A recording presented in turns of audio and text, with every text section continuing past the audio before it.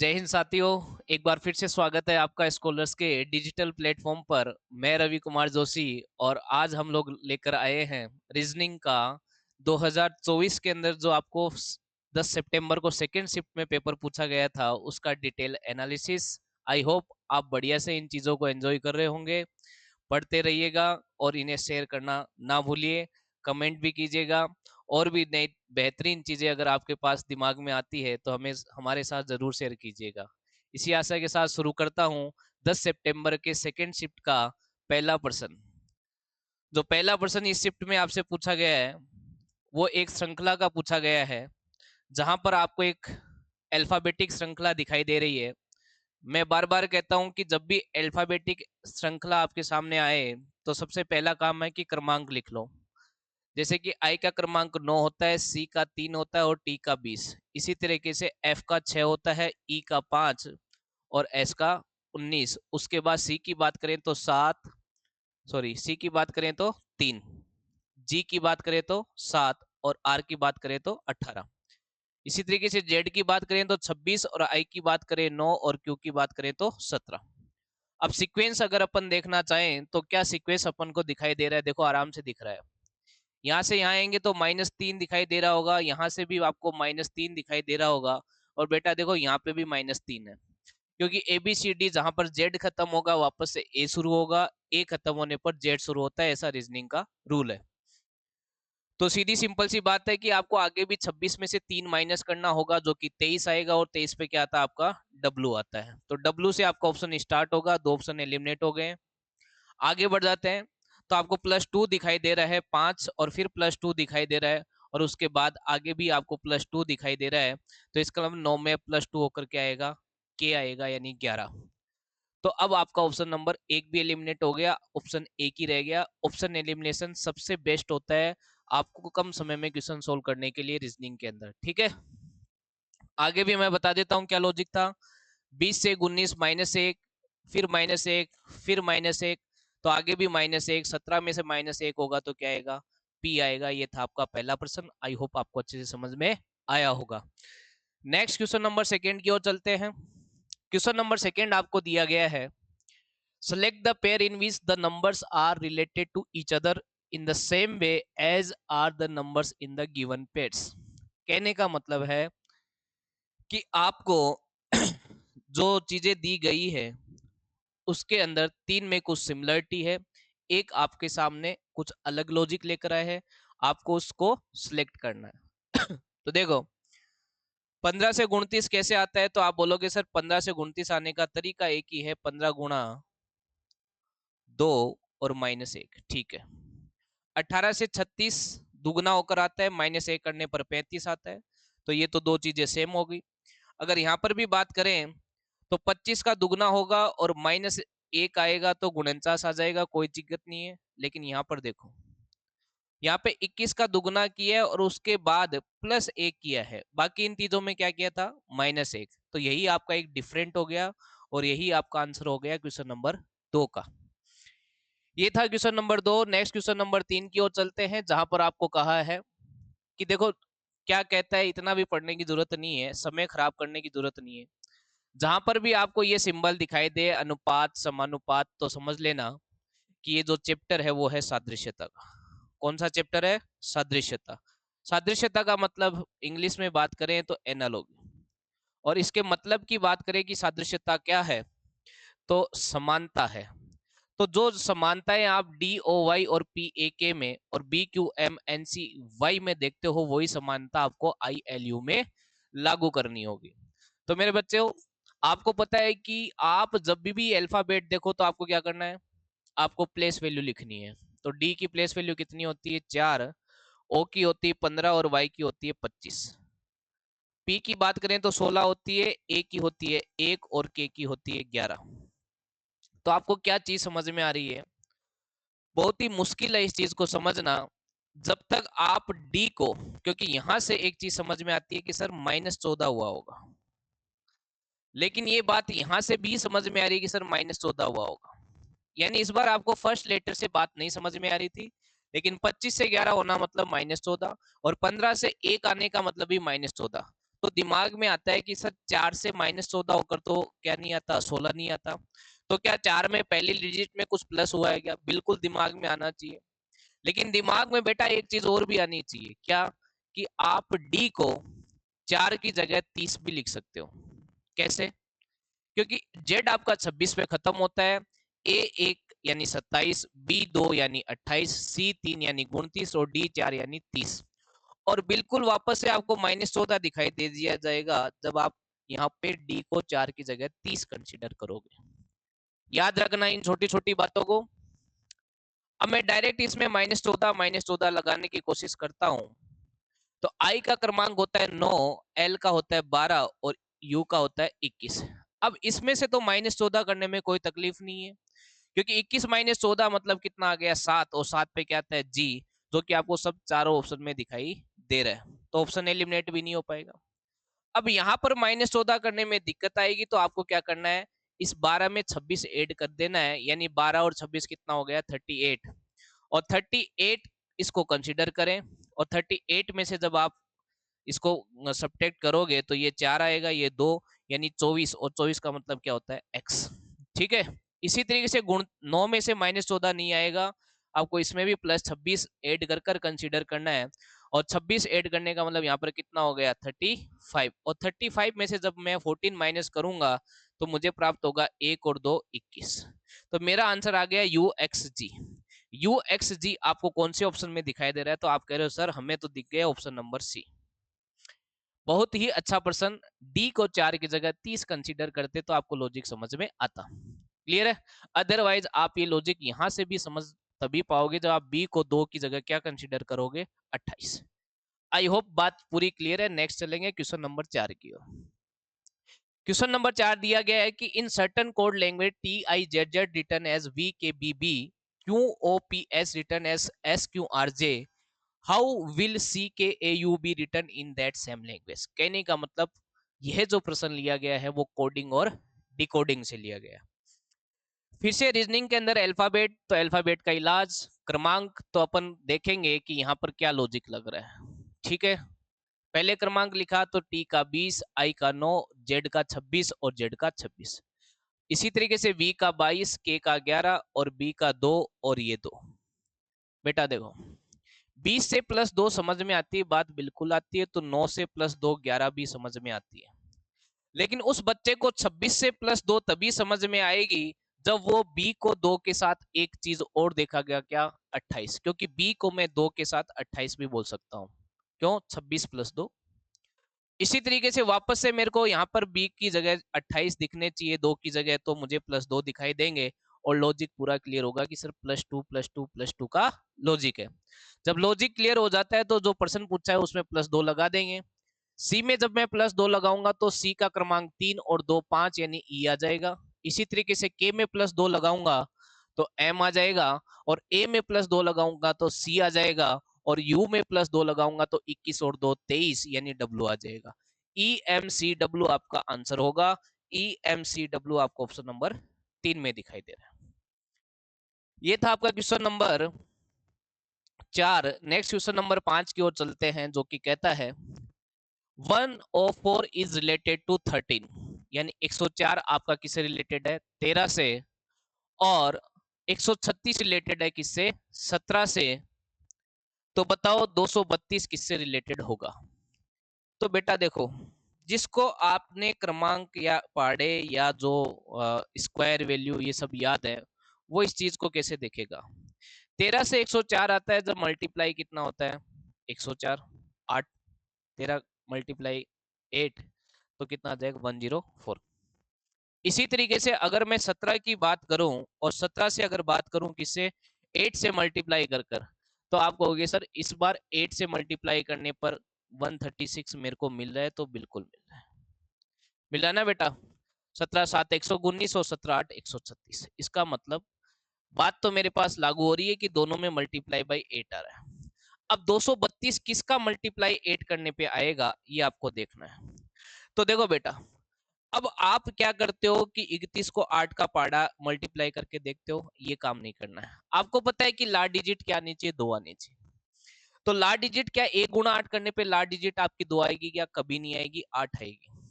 इसी तरीके से 7 को 8 से मल्टीप्लाई करूंगा तो लास्ट डिजिट क्या आएगा? 6 आएगा। पढ़ा नहीं आता कोई बात नहीं, लास्ट डिजिट का यूज करो।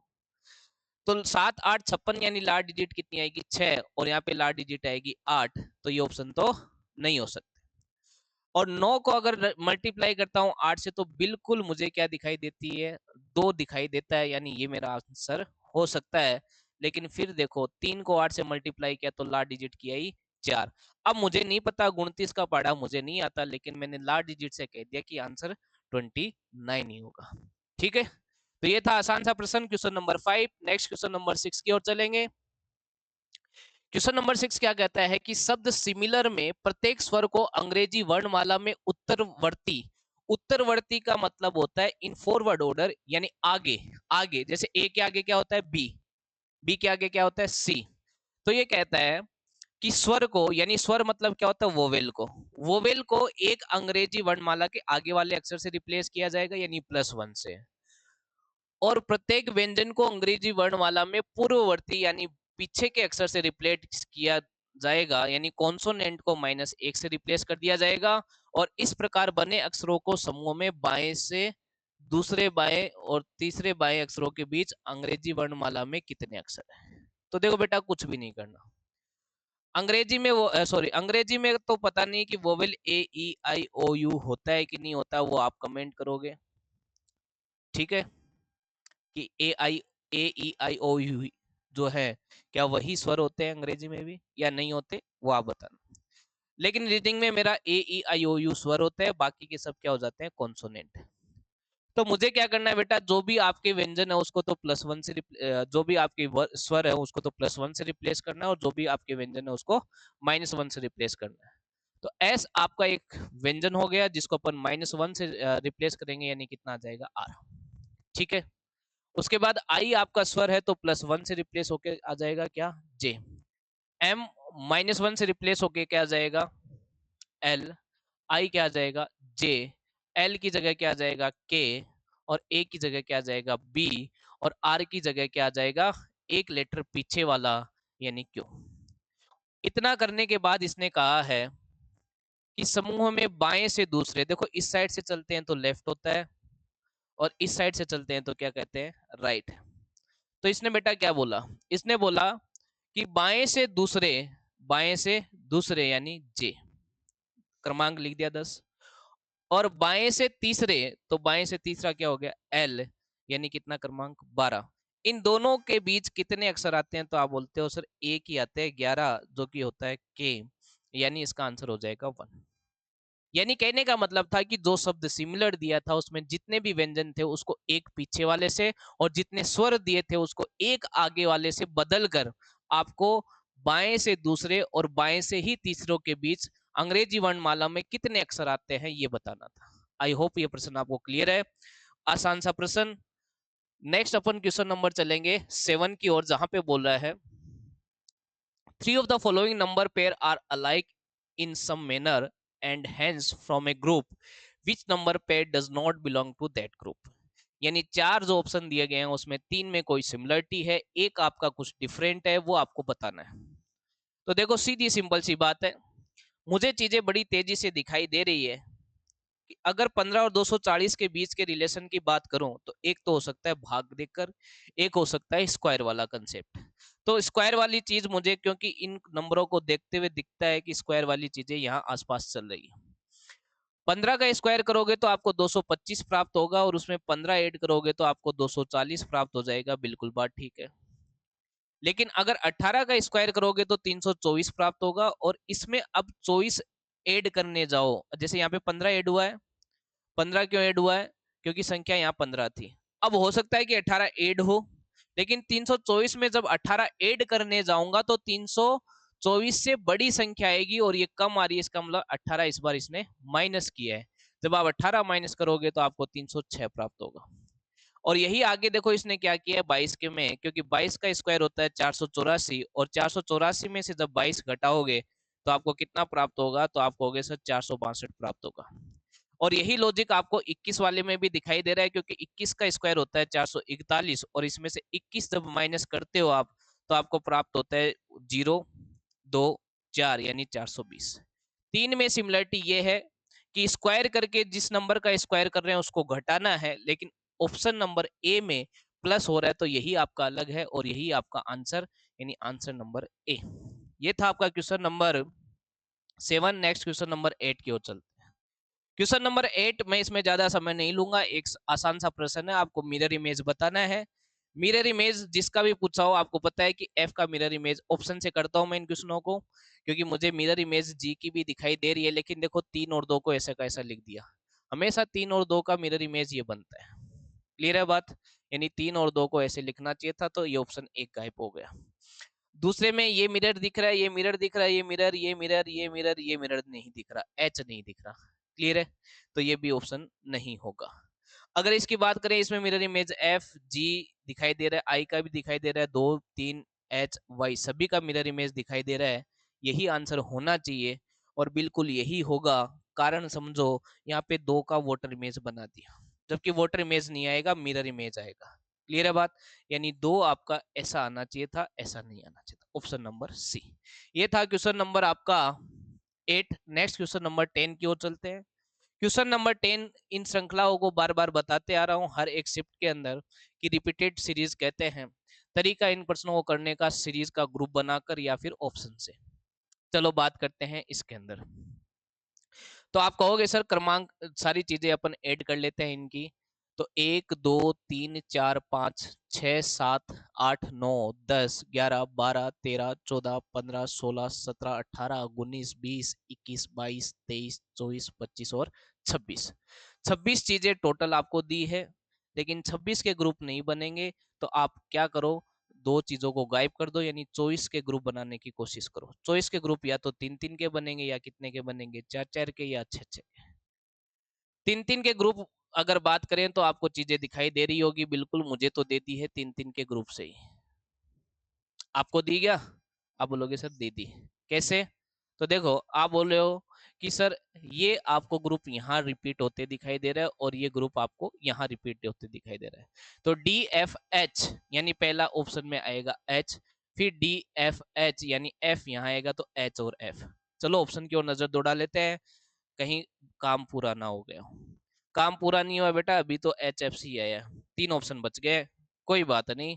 आगे क्या आएगा, आई जी ओ कंप्लीट है, तो अब आएगा D, H F D, H F D, H F D, केवल इसी ऑप्शन में यही आंसर है। आगे का काम करने की जरूरत आपको नहीं है। इसी तरीके से ऑप्शन एलिमिनेशन पे काम किया करो।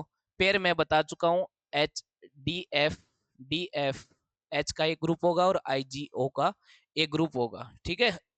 ये था आपका क्वेश्चन नंबर 9। यहाँ पे देखो, क्वेश्चन नंबर 10 आपको दिया गया है, which two numbers should be interchanged to make the given equation correct। कौन से दो नंबर को आपस में बदलना चाहिए जिससे ये समीकरण क्या हो जाए, संतुलित हो जाए। तो देखो, अगर मैं बात करूं ऑप्शन नंबर ए की और आपस में मैं बदल दूं 2 और 4 को, तो क्या होगा, तो आप कहोगे सर 116 माइनस का 92 और divide by 2 plus 25 into 4 minus का 20। अब अगर इस इक्वेशन को सोल्व करें तो यहां से कितना प्राप्त होगा, तो आप कहोगे सर यहां से प्राप्त होगा 46 116 प्लस यहां से हो जाएगा 100 और माइनस का 20। अब अगर इनको ऐड कर दूं तो ये मेरे को 216 प्राप्त होगा, और इनको ऐड कर दूं तो मुझे कितना प्राप्त होगा, तो आप कहोगे सर 66। और अगर इन दोनों को घटा देता हूं तो मुझे कितना प्राप्त हो जाता है, 150। इसका मतलब मेरा पहले ही ऑप्शन में बात बैठ गई, यानी ऑप्शन नंबर एक ही आपका आंसर होगा। ये था आपका question number 10। Next question number अपन चलते हैं 11 की ओर, जो कि एक नॉन वर्बल सीरीज का आपको क्वेश्चन दिखाई दे रहा है। और इस नॉन वर्बल सीरीज को समझने की कोशिश करें तो देखो, आपको पहले अल्फाबेट नंबर, तो यहाँ पे 100% क्या आएगा, अल्फाबेट आएगा। इतनी सी बात से कितने ऑप्शन एलिमिनेट हुए, तो आपने कहा सर 2 हो गए। मैं बोला ठीक है। नेक्स्ट, अगर बात करूं अगली चीज की, कि यहाँ पे जो बात हो रही थी वो अल्फाबेट की होगी, ठीक है। अल्फाबेट यहाँ पे ए था, यहाँ पे एल था, यहाँ पे क्या आएगा, मैं इतना तो जरूर कह सकता हूँ कुछ अलग आएगा, कुछ अलग आएगा। इतनी सी जानकारी के साथ मैं ऑप्शन डी भी एलिमिनेट कर सकता हूँ। आपका क्या हो गया? Option number C. अब ज्यादा पीएचडी मत करना कि एच कैसे आया, मैं क्योंकि बार बार कहता हूँ मेरा काम इतना ही होता है नॉन वर्बल के अंदर कि ऑप्शन एलिमिनेट कर देता हूँ, जो बच जाता है वही आंसर हो जाता है। ठीक है, नेक्स्ट क्वेश्चन नंबर 12 की बात करें तो यहाँ पे आपको दिया गया है select the set in which the number are related in the same way as are the numbers of the following sets. कहने का मतलब है कि ये जो चार ऑप्शन दिए गए हैं उनमें तीन में कुछ समानताएं हैं, एक जो अलग है वो आपको बताना है। समानता किसके अकॉर्डिंग? इन नंबर्स के अकॉर्डिंग। क्लियर है कि जो रिलेशन 25, 300 और 6 का है वही रिलेशन आपको किसमें दिखाई दे रहा है। ठीक है, तो देखो यहाँ पर तीन ऑप्शन आपके एलिमिनेट होंगे और एक आपका करेक्ट होगा। 25 और 6 की बात करें तो मुझे 25 गुणा 6 करने पर 150 प्राप्त होता है और 150 को 2 से मल्टीप्लाई करने पर मेरे को 300 मिलता है। ठीक है, इसी तरीके से 19 को मल्टीप्लाई 9 से करने पर 171 प्राप्त होता है और 2 से मल्टीप्लाई करने पर मेरे को 342 प्राप्त हो जाता है।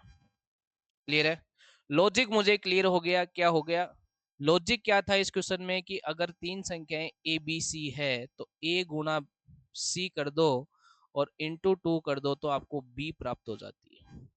ऐसा कहां पर हो रहा है, कौन से ऑप्शन में हो रहा है, आपको ये चेक करना है। तो आप कहोगे सर देखो मैं तो लास्ट डिजिट ही जानता हूं, उसी से मैं ऑप्शन एलिमिनेट करने की कोशिश करूंगा। 4 गुणा 5 करूंगा तो लास्ट डिजिट 0 और उसको 2 से मल्टीप्लाइड करेंगे तो लास्ट डिजिट 0, यानी ये आंसर हो सकता है। अगर यहाँ पे बात करें तो 4 गुणा 7 लास्ट डिजिट 8 और 8 को 2 से मल्टीप्लाई करेंगे तो लास्ट डिजिट 6 आनी चाहिए, यहाँ 4 आ रही है तो ऑप्शन बी एलिमिनेट हो गया। इसी तरीके से 7 और 7 को अगर मल्टीप्लाई करेंगे तो लास्ट डिजिट 9 और फिर उसको 2 से मल्टीप्लाई करेंगे तो लास्ट डिजिट 8 आनी चाहिए, यहाँ 6 आ रही है तो ये भी नहीं होगा। क्लियर हुई बात? अब मेरे पास अगर बात करूं तो 8 घंटा 64 और 64 यानी 4 लास्ट डिजिट और फिर 2 से मल्टीप्लाई होके 8 आता है, आ सकता है। अब दो ऑप्शन बच गए, 4 और 1। एक चेक कर लेंगे, आंसर आ जाएगा। यानी मैं अगर इसको चेक करूं तो आप कहोगे सर 18 गुणा 8 यानी कितना होता है 144 और इसको 2 से मल्टीप्लाई कर दो तो आपको 288 मिल जाता है, यानी यही आपका आंसर है। अब एक चेक नहीं करेंगे, ये है use of last digit. Clear है? नेक्स्ट क्वेश्चन नंबर अपन चलेंगे 13 की ओर, जहां पर आपको एक सादृश्यता का क्वेश्चन दिखाई दे रहा है। वो भी कौन सी सादृश्यता? अल्फाबेट सादृश्यता। तो क्रमांक लिखना इनका सबसे पहला काम है। तो 2, 1, 3 और 11। यहाँ पे अगर बात करें तो 3, 3, 2 और 9। और इनमें अगर लॉजिक की बात करें तो यहाँ +1 दिखाई देता है और यहाँ +2। अगर बात करें यहाँ पर तो -1 दिखाई देता है और यहाँ पर -2 दिखाई दे रहा है। तो बस यही लॉजिक अपन वर्क में लगाने की कोशिश करेंगे कि यहाँ पे मैं +1 कर दूं, यहाँ पे +2, यहाँ पे -1 और यहाँ पे -2, तो ये आ जाएगा आई, ये आ जाएगा क्यों, ये भी क्यों और ये W1 और ये X। तो X क्यों क्यों आई आपका आंसर होगा, जो कि ऑप्शन नंबर बी में दिखाई दे रहा है। नेक्स्ट अपन चलेंगे क्वेश्चन नंबर 14 की ओर, जहां पे आपको एक मिरर इमेज बताना है। तो मिरर इमेज में ऑप्शन से देखने की कोशिश करता हूं तो आप कहोगे सर ई का तो मिरर इमेज सही है, ए का भी मिरर इमेज सही है और 7 का भी मिरर इमेज सही है, 3 का भी सही है, डी का भी सही है, एफ का भी सही है और जे का भी सही है। मैं बता देता हूँ यही आंसर होगा, बाकी आंसर चेक करने की भी जरूरत नहीं। कैसे? आप देखो यहाँ पर, आप अगर देखोगे तो आपके साथ क्या दिक्कत थी, इसको देखो ए और ई का सीक्वेंस ही बदल दिया, क्योंकि सबसे पहले ई ही दिखाई देगा, ए नहीं देगा। यहाँ पे क्या दिक्कत की उसने, यहाँ पे जो दिक्कत की वो किया कि ई का ठीक था, ए का ठीक था, 7 ठीक था, 3 ठीक था, डी ठीक था, लेकिन एफ का मिरर इमेज नहीं बनाया, ये भी गया।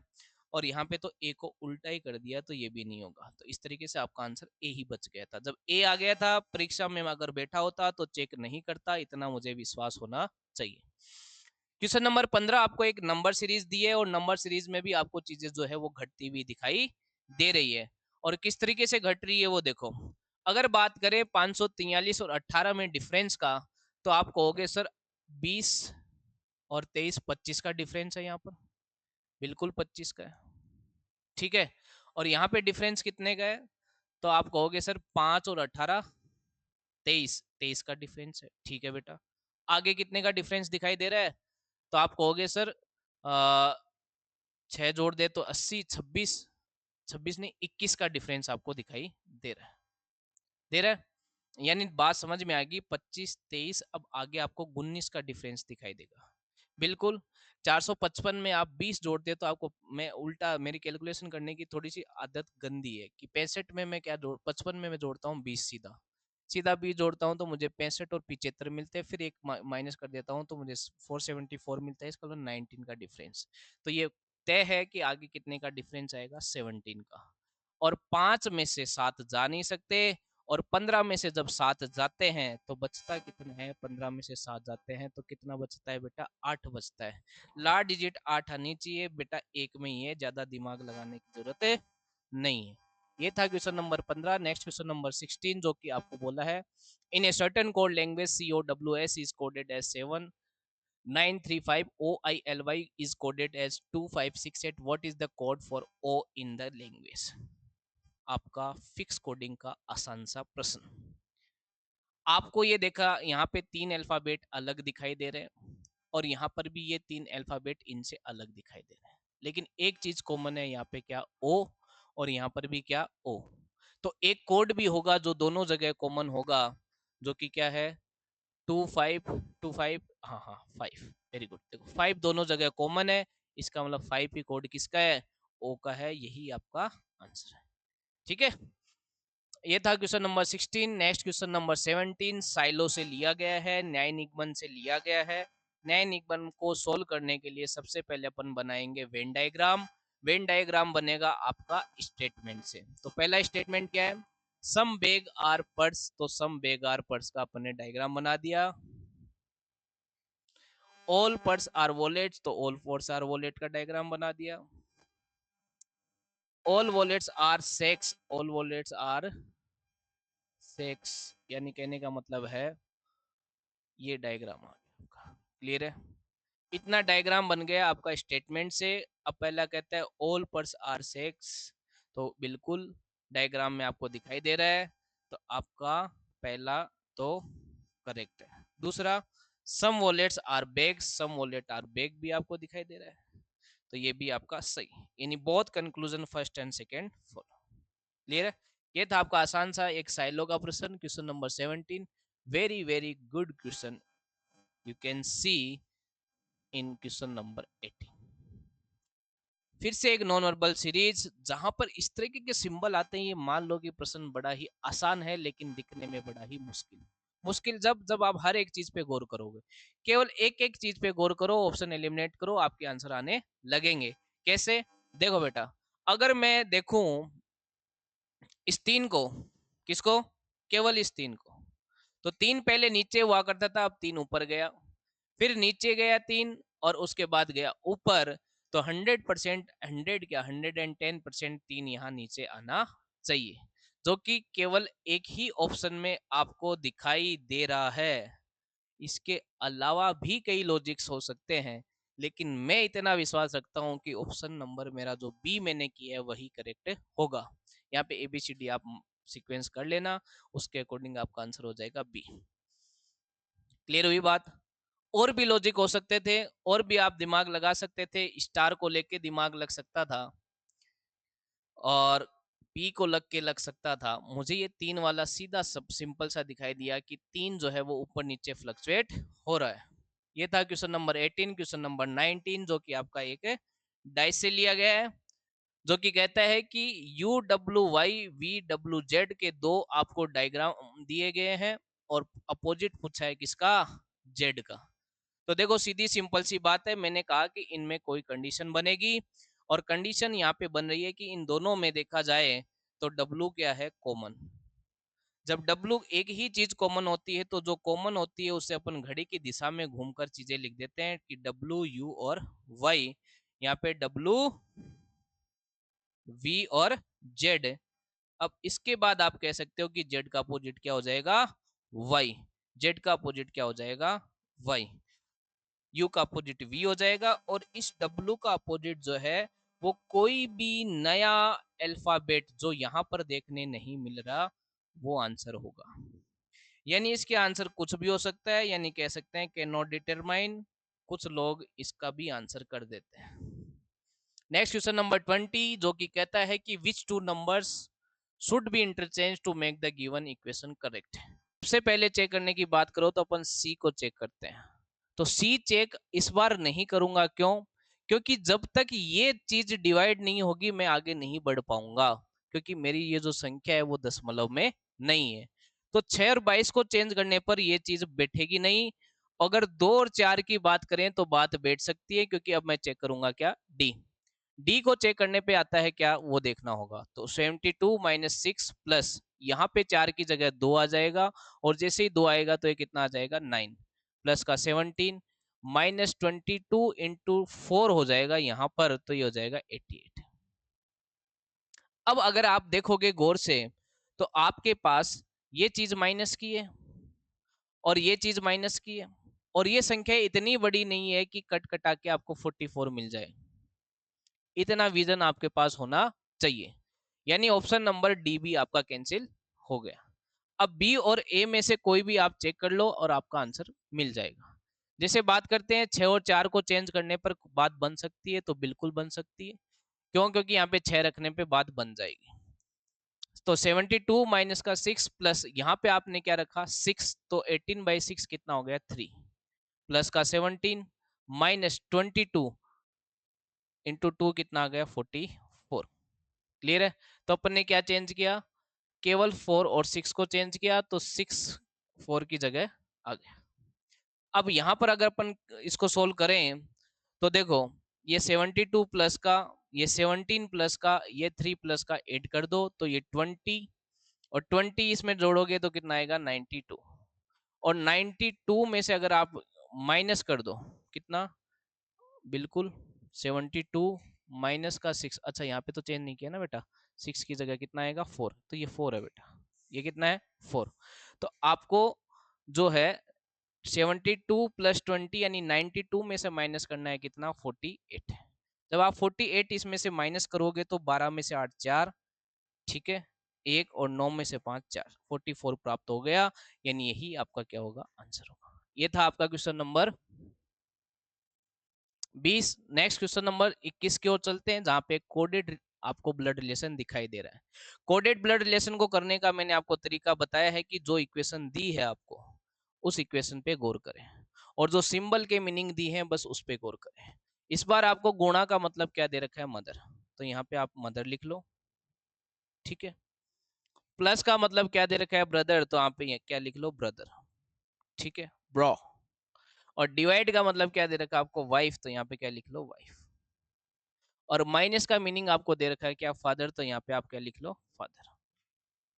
इतना लिखने के बाद आप अपने आप को यहाँ रखो कि ये मैं, ठीक है, ये मेरे पिता, और मेरे पिता, और ये मेरी पत्नी, पत्नी है ना, देखो, तो पिता की पत्नी होगी मेरी माँ, और मेरी माँ के भाई हो गए मेरे मामा, और मेरे मामा की माँ मेरी नानी, मेरी नानी। तो सीधी सिंपल सी बात है, नानी आंसर आएगा, यानी कहने का मतलब मदर्स, मदर्स आंसर आएगा। कोई डायग्राम बनाने की जरूरत नहीं है, लास्ट अपने आप को यहाँ पे रखो, मैं, मेरा पिता, मेरे पिता की वाइफ मेरी माँ, मेरी माँ का भाई मेरा मामा, और मेरे मामा की माँ मेरी नानी। ये था आपका क्वेश्चन नंबर 21। 22 की बात करें तो आपको ट्राइंगल काउंट करना है। बेटा ट्राइंगल काउंट करने में एक बेसिक यहाँ पे काम में ले रहा हूँ, वो बेसिक क्या है वो समझ लो, कि जब कभी ऐसे स्क्वायर शेप में आपको ट्राइंगल काउंट करने हो तो आप नंबरिंग करोगे, और जो हाईएस्ट नंबर होगा उसे 2 से मल्टीप्लाई कर दोगे तो आपको ट्राइंगल मिल जाएंगे, यानी 8। तो यहाँ पे वो चीज मैं यहाँ पे देख पा रहा हूँ, ठीक है। तो यहाँ से मुझे कितने मिलेंगे, ट्राइंगल 8। उसके बाद ऐड करना है कौन सा, 9, 10, 11, 12, 13, 14, 15 और 16। इसके अलावा कोई ट्राइंगल मुझे यहाँ पे दिखाई नहीं दे रहा, तो मेरा ऑप्शन नंबर बी ही क्या हो जाएगा, आंसर हो जाएगा। ये था इसका ट्राइंगल काउंट करने का सबसे बढ़िया तरीका। नेक्स्ट क्वेश्चन नंबर 23 की ओर चलेंगे। तो 23 कहता है, 3 of the following 4 are alike in a certain way and thus form a group which the one that does not belong to that group। कहने का मतलब है कि इनमें से 3 में कुछ समानताएं हैं, तो समानताओं को देखने के लिए फटाफट क्रमांक लिखेंगे। 4 8 11, 2 6 10, 5 9 13, 9 13 17। अब अगर इनके लॉजिक को समझे तो यहाँ +4, यहाँ +3, यहाँ +4, लेकिन यहाँ पे +4। अब इनमें से कोई आंसर हो जाएगा। आगे के लॉजिक देख लो, तो +4 और +4, +4 और +4, यहाँ +4, यहाँ +4 +4, यहाँ +4 +4, लेकिन यहाँ पे +4 और +3, तो आंसर क्या हो गया? 1। आसान है। Next question number 24, last, second last question आपका। क्वेश्चन नंबर 24 आपका क्या कहता है? साइलो है, सिलोलिज्म है, वेन डायग्राम बनाना है, कंक्लूजन को चेक करना है। चलो करते हैं। स्टेटमेंट है नो बेंच इज चेयर, तो नो बेंच इज चेयर का अपन ने वेन डायग्राम बना दिया। ऑल सोफा आर बेंचेस, देखो मेरे प्यारे बच्चों, सोफा जो है वो बेंच में आएगा। मैं अभी बेंच को थोड़ा सा बड़ा बना देता हूँ। बेंच को क्या बना देता हूँ? थोड़ा बड़ा। ये बेंच है। अब ये कह रहा है कि ऑल सोफा आर बेंच, तो सोफा कहाँ आएगा? अंदर की ओर आएगा। सोफा कहाँ आएगा? अंदर की ओर, अंदर की ओर। ठीक है। अब ये क्या कहता है कि ऑल टेबल आर सोफा, तो टेबल कहाँ आएगा? सोफा के अंदर। ये वेट डायग्राम इसका बनेगा। फिर कहता है नो टेबल इज चेयर, तो बिल्कुल जब ये पूरी चीज, ये पूरा ही सर्किल आपका चेयर नहीं है, तो इसके अंदर जितनी भी चीजें हैं वो भी चेयर नहीं होगी। इसका मतलब ये बात सही है। सम सोफा आर चेयर, तो सम सोफा आर चेयर वाली बात क्या हो जाएगी? गलत हो जाएगी। ऑल टेबल आर बेंचेस, बिल्कुल ऑल टेबल आर बेंचेस दिखाई दे रही है ना, क्योंकि टेबल ये है, बेंचेस ये है, तो ये आपका सही। तो पहला और तीसरा कौन से ऑप्शन में दिखाई दे रहा है? Option number 3। ये था आपका आसान सा वेन डायग्राम का क्वेश्चन। लास्ट क्वेश्चन 25 की ओर चलेंगे। फिर से एक डाइस का क्वेश्चन दिखाई दे रहा है, जहां पे आपको 2 डाइस की फॉर्म दिखाई दे रही है। तो 2 डाइस की फॉर्म में आपको देखा है, क्या पूछा है? Opposite to the R. R के पीछे क्या है? तो आर के पीछे एम ही होगा। क्यों कह सकता हूं एम होगा? क्योंकि देखो ATSQM R दिखाई नहीं दे रहा। इसका मतलब जो कॉमन, जो कंडीशन बन रही है वो एक वाली बन रही है। कंडीशन एक का मतलब एक ही चीज कॉमन, घड़ी की दिशा में घूमोगे तो MTAMPS, तो बेटा देखो इसी एम के पीछे वो आ रहेगा। मैंने कहा था कि यहाँ पे वही अल्फाबेट आता है जो यहाँ पे दिखाई नहीं दे रहा। आई होप आपको बात क्लियर होगी। ये था आज का detail analysis shift number 2। I hope बढ़िया से समझा होगा। एक काम मेरा जरूर करें, कमेंट लिखें, फीडबैक दें, शेयर जरूर करें। जय हिंद, जय भारत।